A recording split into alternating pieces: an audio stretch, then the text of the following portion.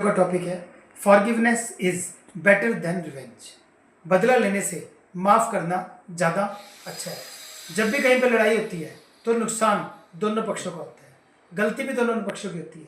अगर एक पक्ष हाथ जोड़ ले, माफ़ी मांग ले या किसी तरह अपनी गलती मान ले तो लड़ाई रुक सकती है, लेकिन ऐसा अक्सर नहीं हो पाता। एक धर्म गुरु थे और उन्होंने क्या किया, वो बहुत सुंदर थे, सेहत उनकी बहुत अच्छी थी, रोज़ योगा करते थे, उनके बहुत भगत थे, उनकी मशहूरी दूर दूर तक फैल गई थी। एक गलत चरित्र की महिला उनके पास आई और उनसे कोई ऐसा काम करने को कहा जो वो करना नहीं चाहते थे।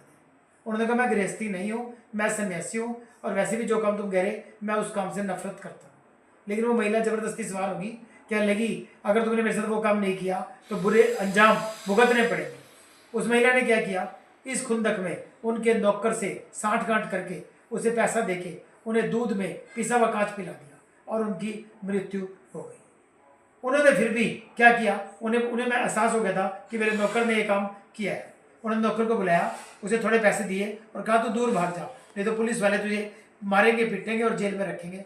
उन्होंने उसे माफ़ कर दिया क्योंकि उन्हें पता था मेरा तो नुकसान हो ही गया, अब मैं इसका भी नुकसान करूँ तो ये सिस्टम बिगड़ जाएगा। उन्होंने उसे माफ़ कर दिया। एक अन्य मामले में दो पड़ोसी जो आमने सामने के घरों में रहते थे, उनकी किसी बात में बहस हो गई।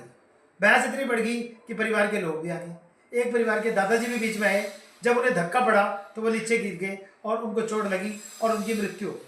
हालांकि ये जब इरादतन नहीं था, ये अचानक हुआ था, लेकिन दूसरे पक्ष ने इसे हत्या माना और बदले में उनके परिवार के दूसरे परिवार के एक व्यक्ति की हत्या कर दी। एक की हत्या कर दी और जिसने करी वो जेल चला गया। फिर अगली बार क्या हुआ, जिसकी हत्या हुई उनके परिवार के एक व्यक्ति ने दूसरे परिवार के व्यक्ति की हत्या कर दी। एक मर गया और एक सारी जिंदगी के लिए जेल चला गया। आज 8 वर्ष हो गए, 16 लोगों की जिंदगी और परिवारों की जिंदगी तबाह हो चुकी है, लेकिन वो नहीं माने।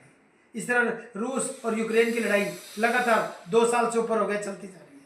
नुकसान किसी का ज़्यादा किसी का कम, लेकिन रोज नुकसान हो गया। इसलिए हमें दुश्मन को भी माफ़ कर देना चाहिए। Thank you.